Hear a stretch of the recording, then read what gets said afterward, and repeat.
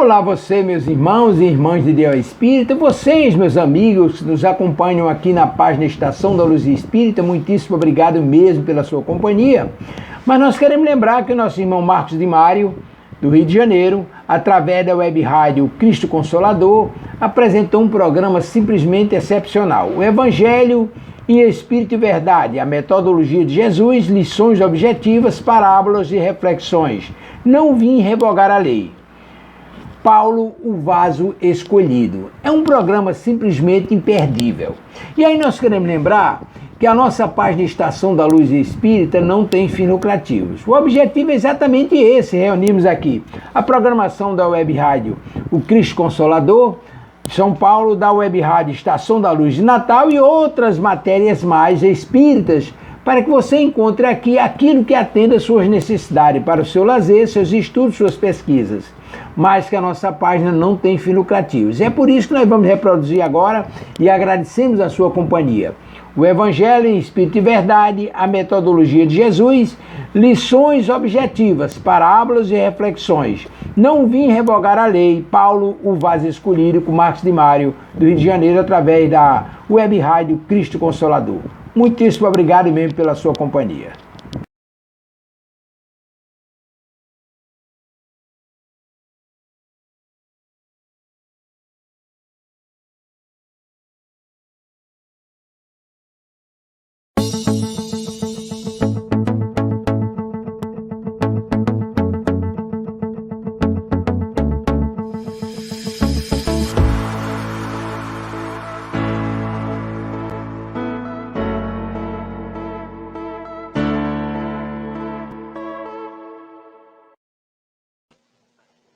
Olá, seja bem-vindo a mais uma edição do nosso programa O Evangelho em Espírito e Verdade pela web rádio Cristo Consolador.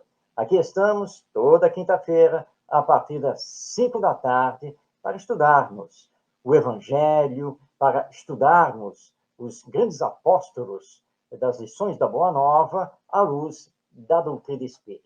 Que Jesus, nosso mestre, lhe abençoe, que possamos estar em paz até o final do nosso programa. Nós sempre dividimos aqui a edição do Evangelho em Espírito e Verdade em 4 partes. Na primeira, nós vamos continuar o nosso estudo sobre Jesus, o maior educador da humanidade. Na sequência, vamos destacar mais uma das lições do Sermão da Montanha. Vamos depois continuar a vida e obra de Paulo de Tarso e, no final, nós vamos responder a sua pergunta. Isso mesmo, porque transmitimos o programa ao vivo e você pode, tanto através do Facebook quanto do YouTube, enviar a sua pergunta e, claro, fazer também o seu comentário aqui em relação ao nosso programa. Muito bem, vamos então iniciar continuando essa nossa visão sobre Jesus e a educação. Nós, no programa passado, destacamos aqui a metodologia utilizada por Jesus. E dentro da sua metodologia, nós vamos agora, por alguns programas, destacar alguns dos métodos utilizados por Jesus, ou alguns dos recursos didáticos, algumas técnicas que Jesus utilizava e que nós encontramos nas narrativas dos 4 evangelistas.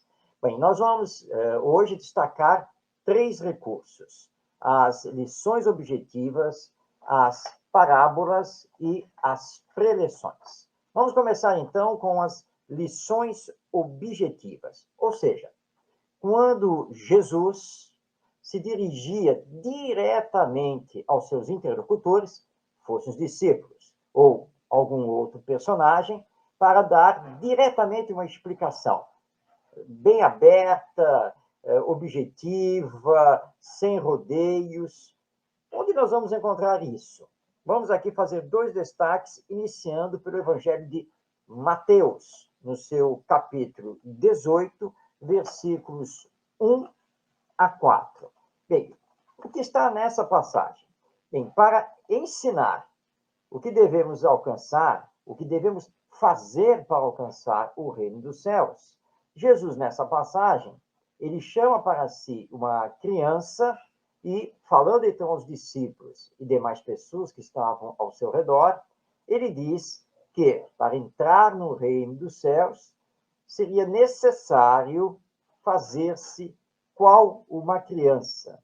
Ou seja, para conquistar o reino dos céus, é preciso ser simples, humilde, que é a representação de uma criança para todos nós. Então, ele foi muito claro. Olha, não são as posses materiais, não é o status dentro da sociedade humana, não é o conhecimento que se tem. Nada disso faz com que consigamos conquistar o reino dos céus.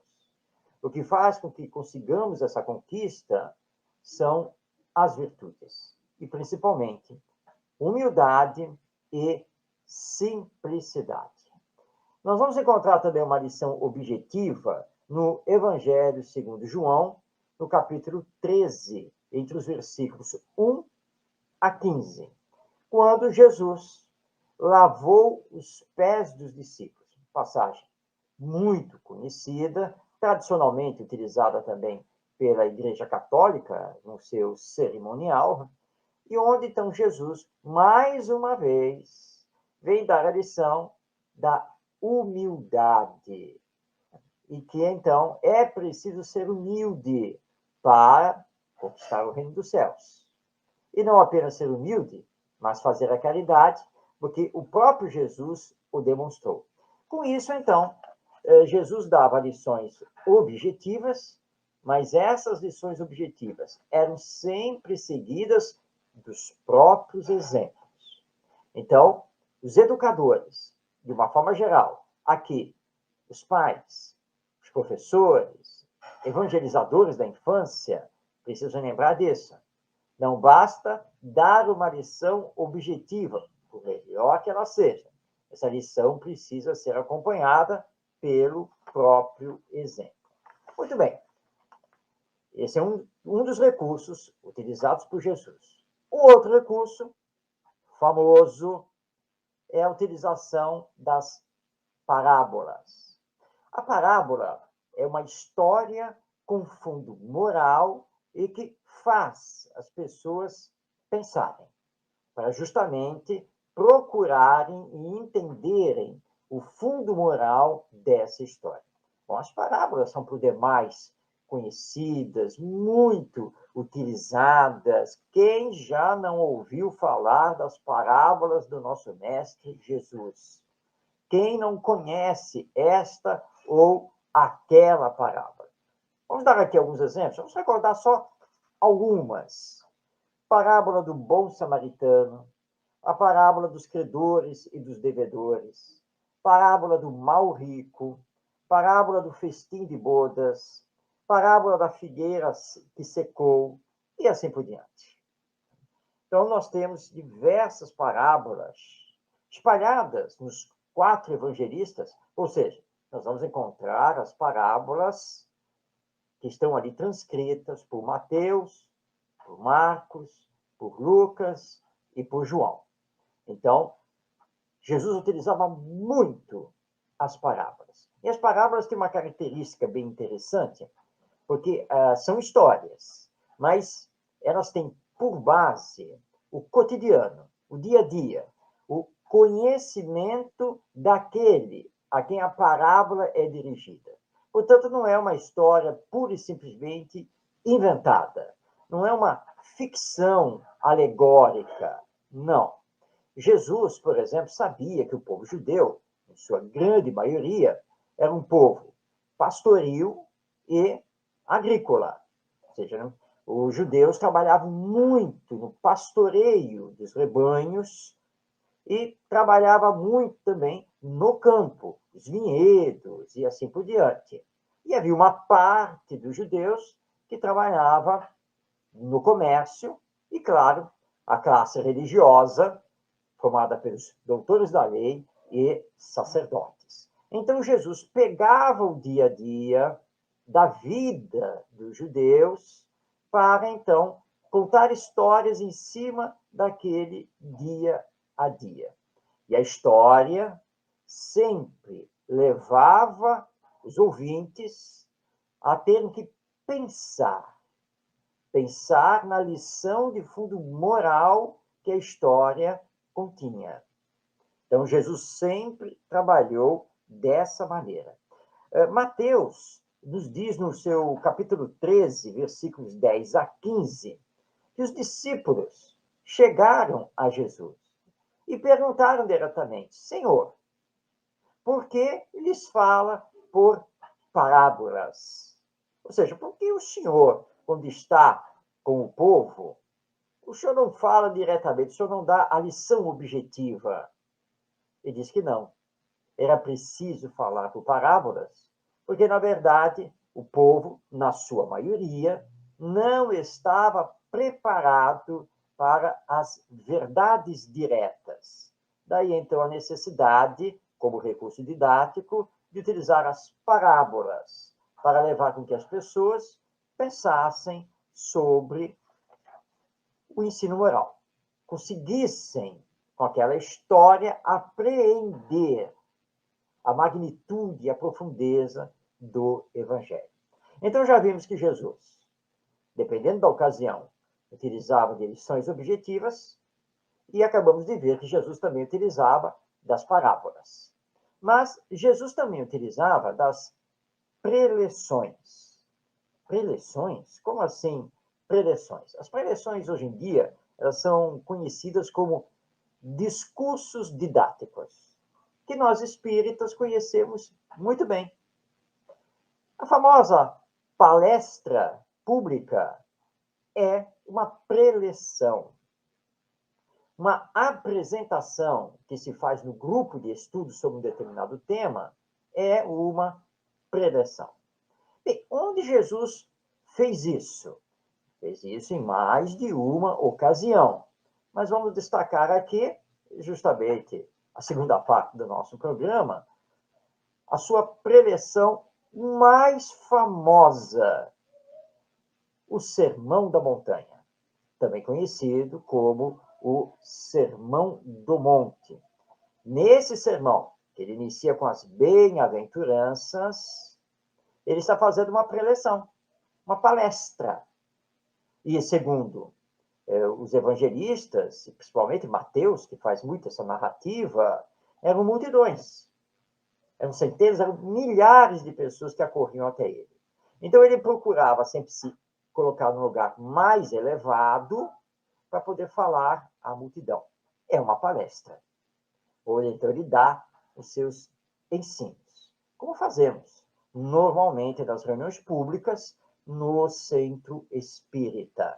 E aí, então, entre os diversos sermões, porque há mais de um, o mais famoso é o Sermão da Montanha. Segundo os evangelistas e os nossos amigos espirituais, nesse Sermão da Montanha, Jesus teria falado para aproximadamente 5.000 pessoas que se reuniram para ouvir a sua palavra. Então, hoje conhecemos, dentro da metodologia utilizada por Jesus, 3 recursos didáticos do nosso mestre. Primeiro, as lições objetivas. Segundo, as parábolas.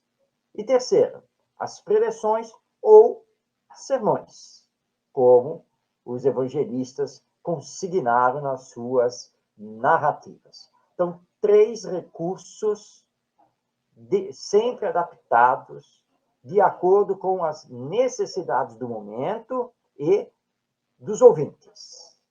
E, aliás, nós, educadores, precisamos sempre lembrar disso. Precisamos adequar os nossos recursos, as nossas lições, os nossos ensinos aos nossos ouvintes, aos que estão trabalhando conosco.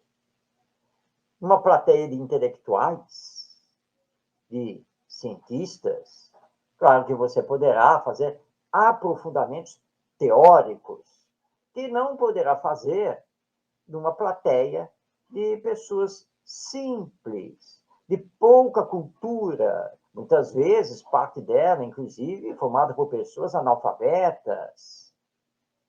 Então, saber adequar, saber utilizar os recursos didáticos para se comunicar é muito importante.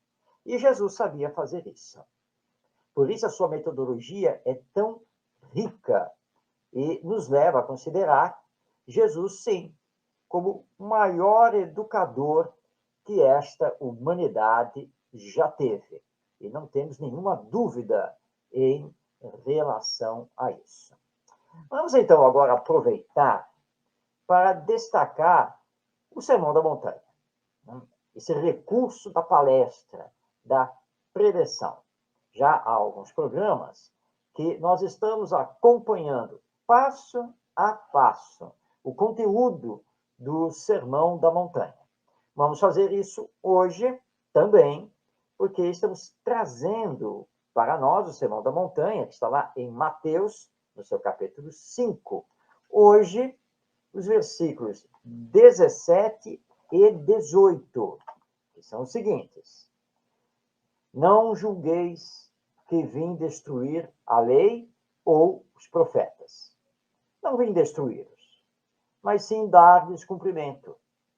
Porque, em verdade, vos afirmo, passará o céu e a terra, mas de modo nenhum passará da lei um só i, ou um só tio, sem que tudo se cumpra. Então, esta é a passagem do Sermão da Montanha que vamos destacar hoje no nosso programa. E temos duas novidades. Porque para estudarmos essa passagem, nós estamos trazendo dois autores, que é espíritas, claro, dois autores espíritas, que ainda não tínhamos trazido para o nosso programa.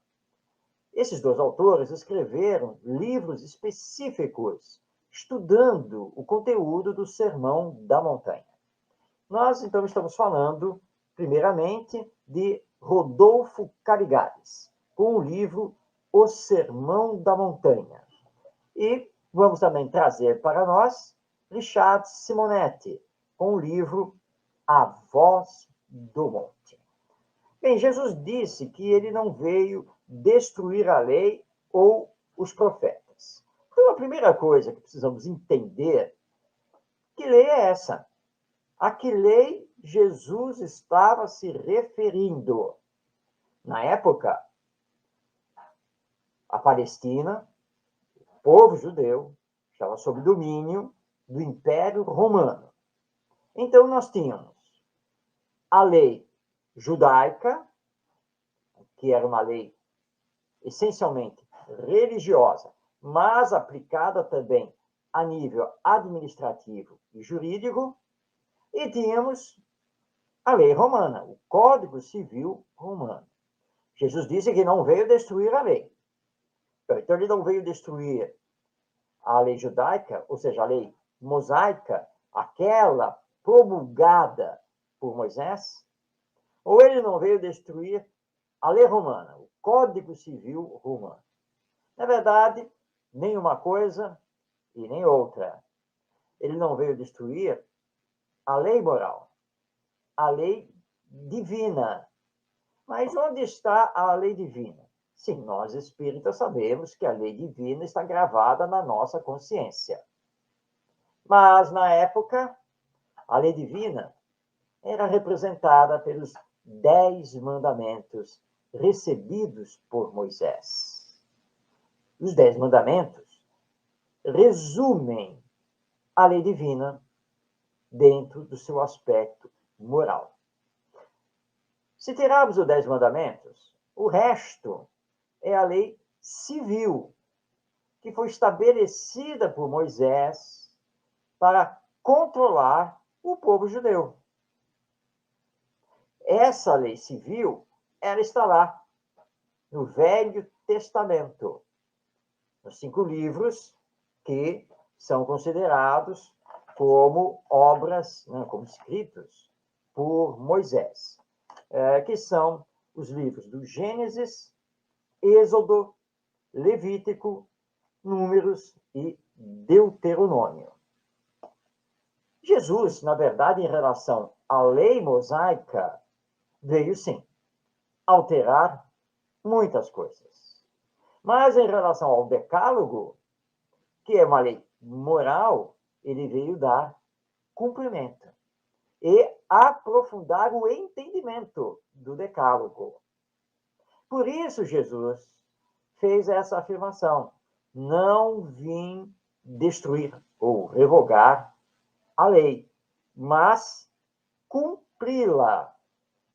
Mas ele se referia à lei divina. A lei moral estava lá grafada nos 10 mandamentos e que, aliás, os judeus conheciam muito bem.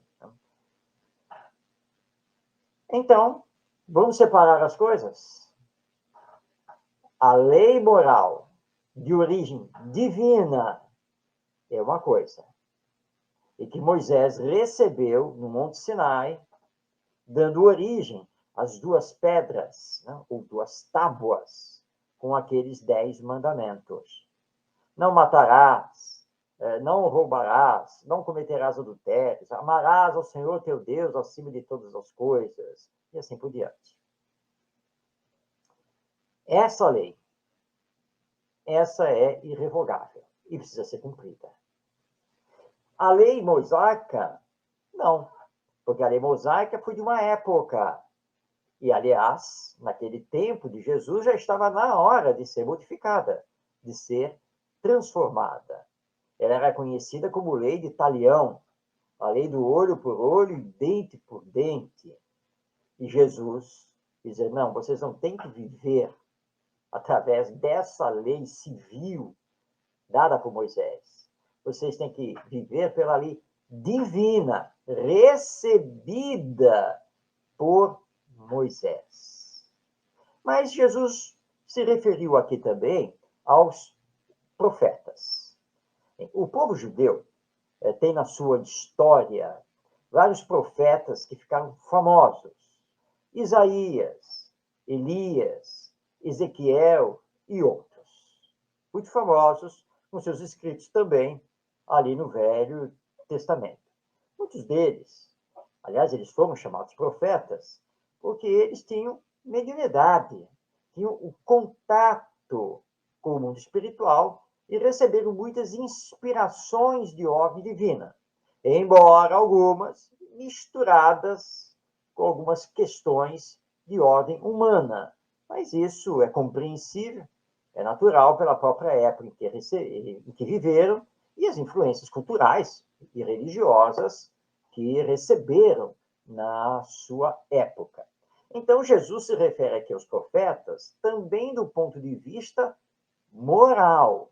Ou seja, eu vim para cumprir a lei moral que está nos 10 mandamentos e nos ensinos morais dos profetas judeus.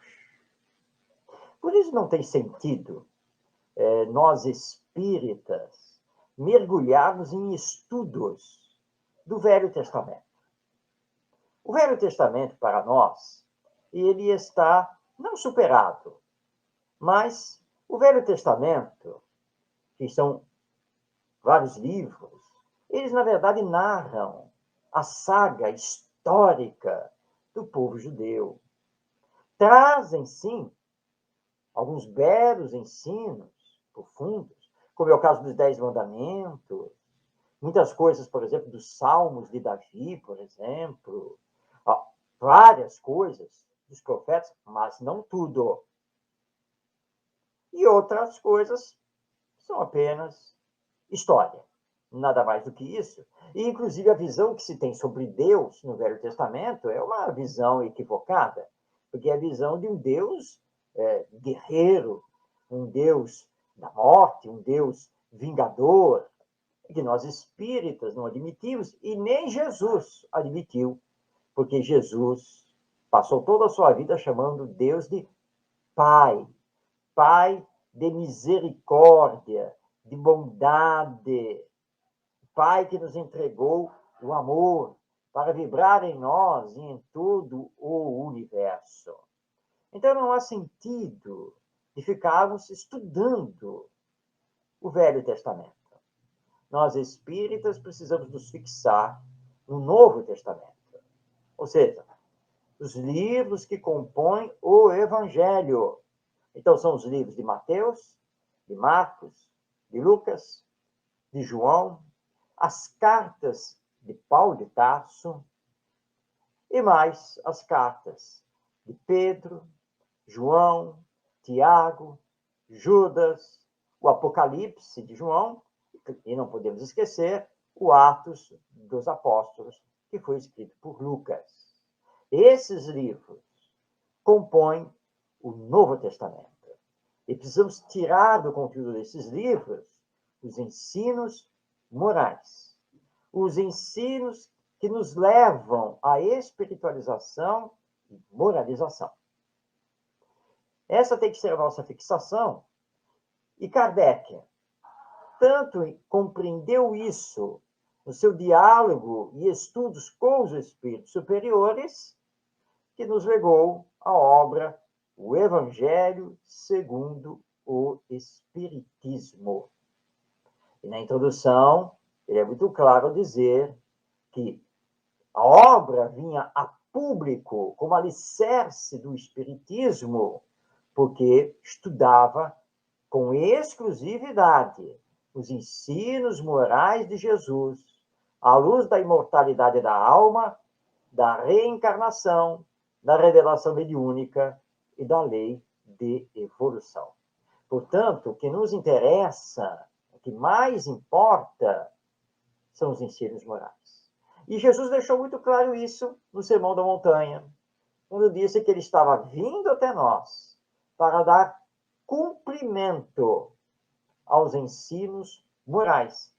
A lei que estava ali nos 10 mandamentos. Portanto, vamos distinguir na Bíblia o que é de origem divina, o decálogo recebido por Moisés, e o que é de origem humana, a lei civil religiosa, depois promulgada também por Moisés. Diz o nosso Rodolfo Caligares, no seu livro O Sermão da Montanha, que o amor é o cumprimento da lei. Por isso, Jesus trabalhou o tempo todo, intensamente, o amor ao próximo. O amai-vos uns aos outros. Porque somente assim nós vamos conseguir dar cumprimento aos 10 mandamentos. O nosso Richard Simonetti, no seu livro A Voz do Monte, aliás, tanto o livro O Sermão da Montanha, do Rodolfo Caligares, quanto o livro A Voz do Monte, do Richard Simonetti, são obras publicadas pela Federação Espírita Brasileira. Muito bem. O Richard Simonetti, fazendo essa distinção entre a lei divina do Decálogo e a lei humana mosaica, ele lembra o seguinte: pode-se dizer, ou poderia dizer, que há uma contradição nas afirmativas de Jesus, porquanto no próprio Sermão da Montanha, ele, Jesus, altera substancialmente muitos conceitos antigos. É que estes conceitos, somente em essência, exprimem orientação divina.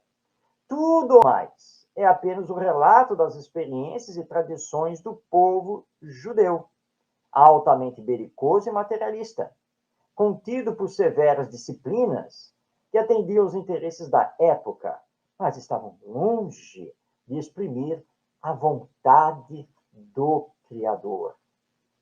Por isso, quando Jesus proclama que não veio destruir a lei e os profetas, refere-se ao que, no Velho Testamento, pode ser considerado de inspiração divina e que se reduz a algumas orientações obtidas por seus homens santos nos momentos de comunhão autêntica com a espiritualidade maior. Em essência, temos na Tábua dos 10 Mandamentos recebida por Moisés no Monte Sinai, a revelação autenticamente divina, definindo o que o homem não deve fazer. Por isso, então, Jesus estava se referindo às leis morais. Ele, então, pôde afirmar: ele não vinha destruir essa lei, mas dar-lhe cumprimento. E no final, na passagem aqui lembrada por Mateus, ele ainda lembra: olha, perante essa lei, nada passa.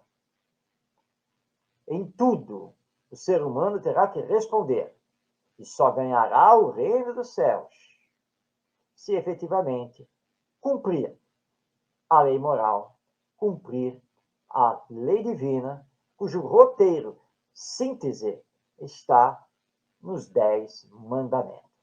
Então, tiramos hoje de um trecho do Sermão da Montanha, da preleção ou palestra realizada por Jesus, vários ensinos, através, então, desse não vim destruir a lei e os profetas, mas dar-lhes cumprimento. A palavra de Jesus era sempre muito rica, muito profunda, podendo, então, tirarmos diversas lições das suas palavras. Mas nós vamos continuar esse estudo na próxima semana, aqui do nosso programa, porque ainda há muita coisa que estudar do Sermão da Montanha proferido por Jesus, e que desejar, você recebe aqui o convite para mergulhar nesse sermão lá no capítulo 5 do Evangelho segundo Mateus. E durante a semana você pode também procurar as obras aqui do nosso Richard Simonetti, A Voz do Monte, e de Rodolfo Carigares, O Sermão da Montanha. Porque agora nós vamos, então, mergulhar na vida e obra de Paulo de Tarso, o maior apóstolo do Evangelho. Nós estamos a cada programa fazendo um passo a passo da vida e obra de Paulo. E nós estamos hoje no momento da sua conversão ao cristianismo, a sua entrega de alma e corpo a Jesus. Para isso, nós estamos acompanhando duas obras. O romance Paulo e Estevão, do Espírito Emmanuel, através de Francisco Cândido Xavier, e o livro Paulo, um homem em Cristo, de Rui Kremer. Essas duas obras publicadas pela Federação Espírita Brasileira. Vamos, então, conhecer o que aconteceu para que Saulo de Tarso, o perseguidor dos cristãos, se tornasse Paulo de Tarso, o apóstolo do Evangelho. Nós vimos semana passada a situação ocorrida com o apedrejamento de Estevão, pregador do Evangelho, e vimos que Saulo estava noivo de Abigail, e quando do apedrejamento de Estevão, veio a descoberto que, na verdade, Estevão era Gesiel, irmão de Abigail. E Abigail, o reconhecendo,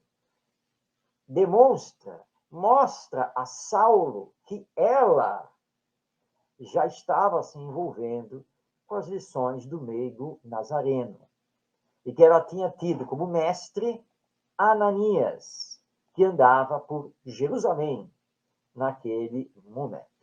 E Saulo fica transtornado com a situação. E, na sequência, Abigail, com o rompimento do noivado, porque Saulo não admitiu de maneira alguma manter-se noivo de uma mulher que tinha um irmão que pregava aquelas lições do Evangelho, e sabendo que ela também estava se tornando uma adepta do cristianismo, ele rompe o noivado. Quando ele tenta reatar o noivado, Abigail já estava muito adoentada e veio a desencarnar. E desencana conclamando Paulo a tentar entender Jesus. Paulo, aliás, ainda Paulo, não, Saulo, furioso, ele vai então até o Sinédrio, que é o conselho dos anciãos, dos grandes doutores da lei, e pede então cartas em que ele fosse então designado para poder ampliar a perseguição aos cristãos além de Jerusalém. Ele faz uma pesquisa e descobre que Ananias havia saído de Jerusalém e estava na cidade de Damasco, na Síria. E é para lá, então, que Saulo vai se dirigir. Vamos fazer aqui um parênteses, porque Rui Kremer nos explica que essas cartas, dando poder a Saulo de Tarso, na verdade, não eram legítimas. Ou melhor dizendo, elas não eram legais. Porque o Sinédrio, lá em Jerusalém, administrativamente falando, não tinha nenhum tipo de poder sobre as sinagogas espalhadas fora da Palestina. As sinagogas eram independentes. Mas acontece que foi utilizada uma brecha, não especificamente na lei, mas na administração pública de então. Porque Pôncio Pilatos, o governador romano, havia sido chamado a Roma para se explicar. O novo governador ainda estava a caminho. E, portanto, o que vamos chamar aqui de, se é que podemos usar essa terminologia, mas o vice-governador, que era Marcelo, Marcelo ainda ia chegar. Então, o vice-governador estava assumindo, mas ele era vice, apenas aguardando a chegada do novo governador. Na verdade, o Sinédrio aproveitou essa brecha para autorizar Saulo a expandir a perseguição aos cristãos para fora de Jerusalém. Na verdade, os próprios romanos jamais admitiriam isso, porque era extrapolar o que os judeus podiam fazer. Mas, enfim, o Sinédrio utilizou do seu poder, da sua influência. Saulo pega, então, uma pequena equipe e se dirige para Damasco. Então, nós vamos encontrar Saulo se dirigindo a essa cidade lá na Síria, lembrando que na época a viagem levava de 7 a 10 dias, dependendo das condições das estradas. Existem 2 caminhos possíveis para ir de Jerusalém até Damasco. Não se sabe exatamente qual foi o caminho que Saulo utilizou, provavelmente, claro, o mais curto e o mais ameno em termos de clima, porque estava-se numa época em que tranquilamente dava 40 graus, com tranquilidade. Então, ele deve ter utilizado o caminho mais curto e mais ameno. O que nós sabemos, e isso está lá no Atos dos Apóstolos, e está também narrado por Emmanuel, é que quando ele já estava na estrada e já podiam ver a cidade de Damasco, ele tem a visão gloriosa de Jesus. E ele cai do cavalo, não se sabe exatamente por que ele caiu, ou foi por causa do êxtase dessa visão, ou porque o cavalo talvez tenha empinado também ao sentir ou perceber a luz espiritual emanada de Jesus, mas ele vai ao chão. E indo ao chão, ele imediatamente exclama: quem sois vós, Senhor? E ouve, né, ele ser chamado: Saulo, Saulo, porque me persegues? E ele pergunta, então, quem é? E a figura se apresenta: eu sou Jesus. Na mesma hora, Saulo se entrega. Jesus diz a ele, não recalcitres contra os aguilhões. E ele então pergunta, Senhor, que quereis que eu faça? E ouve então a voz de Jesus. Levanta-te, Saulo, entra na cidade, e lá te será dito o que te convém fazer. Ele então começa a gritar que tinha visto Jesus e que estava cego. Os companheiros o rodeiam, sem entender exatamente o que tinha acontecido, e consideram que ele, por causa da viagem, do sol, o cansaço, fosse o que fosse, ele não estava bem. Então, decidiram voltar para Jerusalém para narrar lá no Sinédrio o que tinha acontecido com Saulo. Demétrio e Jonas retornam, então, para Jerusalém. E Jacó fica com Saulo e o leva para Damasco. E Saulo pede para que Jacó o levasse até a casa do seu amigo Sadoc. Mas, chegando lá, Sadoc o rejeita. Não aceita de jeito nenhum a condição de Saulo. E aquelas palavras de Saulo, que tinha visto Jesus, que estava se entregando a Jesus. E Sadoc falou, meu amigo, meu querido amigo, ficou louco. Totalmente louco. Rejeitado.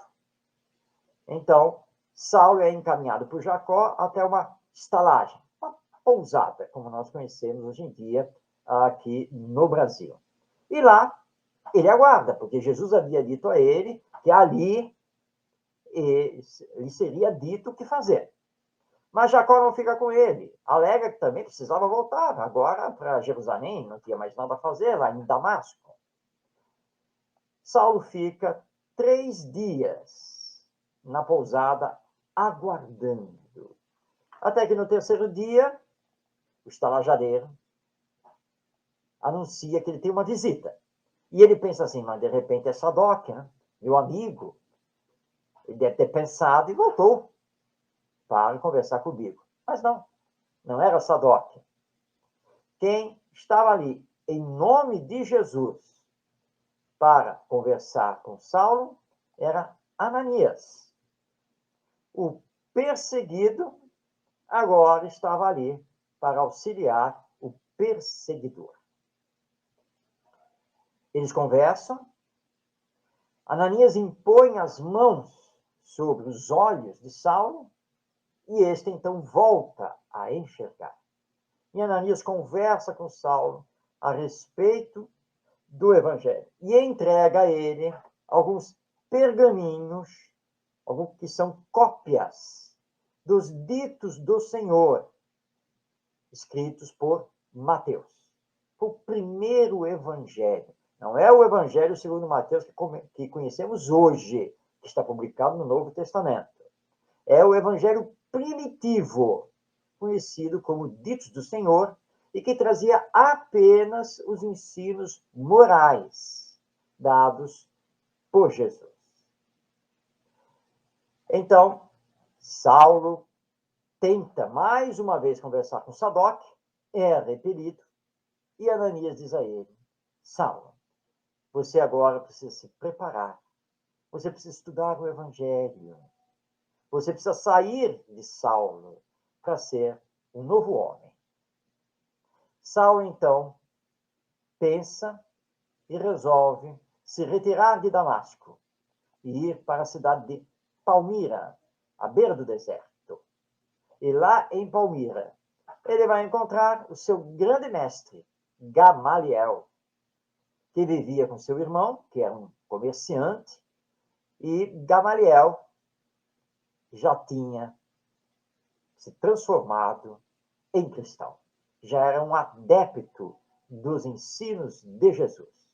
E assim Saulo vai passar um tempo com Gamaliel e junto com seu ex-mestre das lições judaicas, ele vai então estudar e meditar sobre as lições de Jesus, os ensinos do nosso Mestre.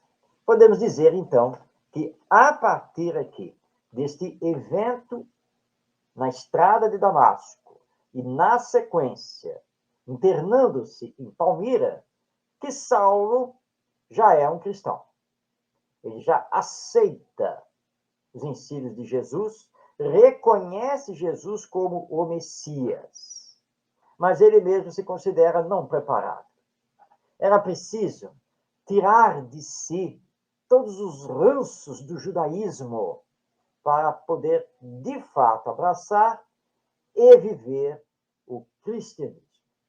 Todas essas informações estão em Paulo e Estevão, não estão nos Atos dos Apóstolos.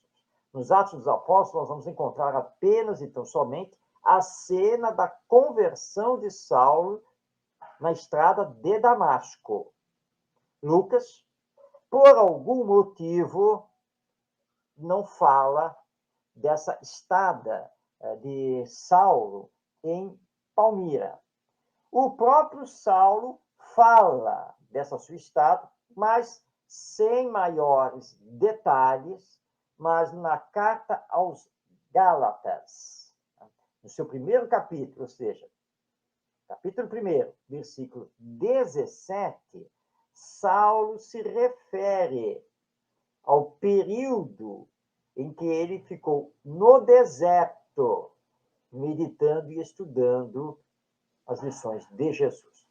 Mas é só uma referência, porque ele, nessa carta aos Gálatas, ele não dá explicações maiores. Mas ele, então, corrobora o que Emmanuel vem nos contar no romance de Paulo e Estevão, que ele, de fato, quando, ao se retirar de Damasco, ele realmente foi para o deserto, ou seja, na verdade, a cidade de Palmira, onde ele, então, procurou estudar, meditar as lições de Jesus Cristo.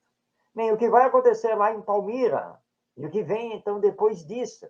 Quando é que Saulo vai passar a ser Paulo?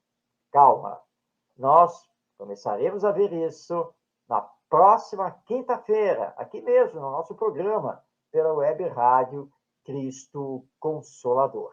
E você pode aí enviar a sua pergunta, fazer aí o seu comentário, para que nós possamos enriquecer mais ainda aqui o programa.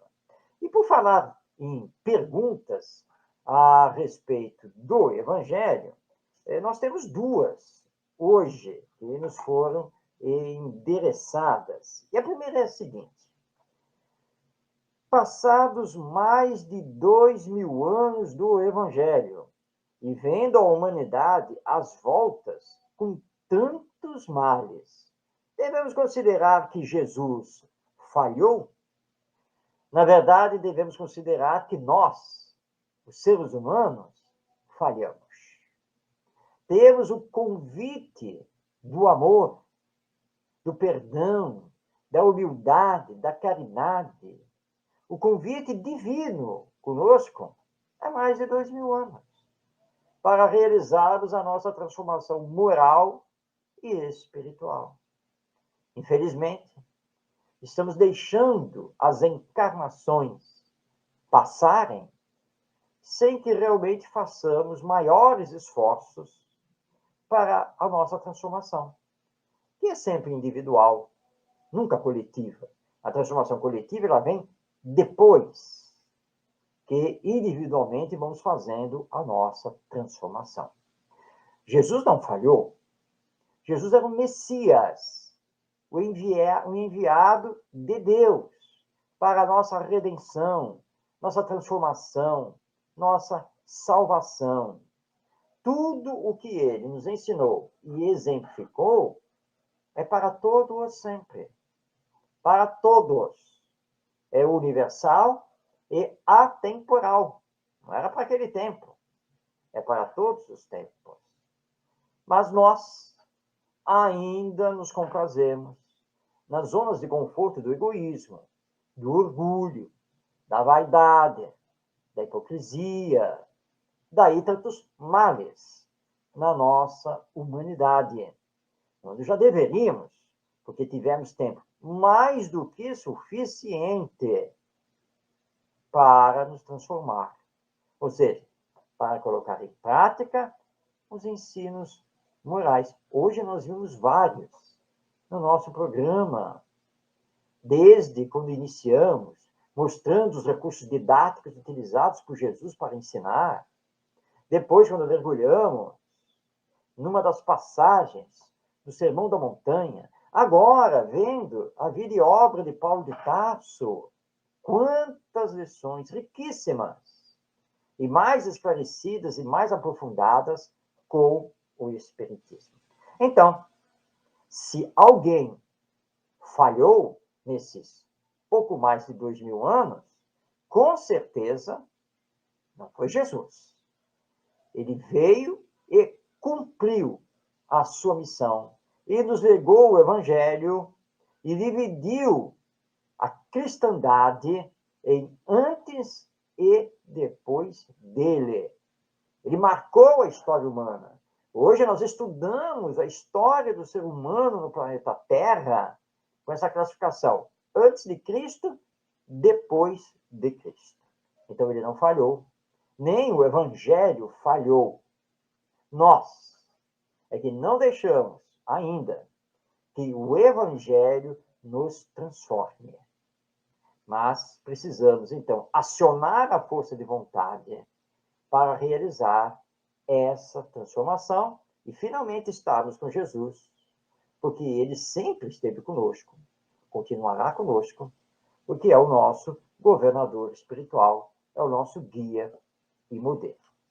Pois bem, nos foi indagado também por que os instrutores espirituais tanto nos pedem para perdoar e auxiliar, lembrando sempre as lições e os exemplos de Jesus. Bem, porque os instrutores espirituais, que são espíritos bons, que são espíritos mais superiores, e esses instrutores reconhecem, sabem muito bem que somente os ensinos morais de Jesus, conforme estão no Evangelho, podem nos transformar, podem fazer da sociedade humana uma sociedade mais justa e igualitária. O caminho é o Evangelho. Por isso, eles, na verdade, revivem com suas mensagens para nós os ensinos de Jesus. E Jesus, em diversas vezes, nos pediu para perdoar e auxiliar. Porque não basta apenas perdoar, não basta dizer, bem, eu perdoo. Não. A partir do momento que você perdoa, e o perdão tem que sair do coração, você precisa auxiliar aquele que lhe magoou, aquele que fez um mal, aquele que inventou uma história, uma fake news da vida, aquele que fez o mal. Vamos auxiliá-lo porque ele é uma alma doente, uma alma enferma, uma alma que está desligada da lei divina, que está desligada do Evangelho. Portanto, precisa ser auxiliado. Não basta perdoar. E aí é claro que o perdão, neste caso, está ligado à caridade.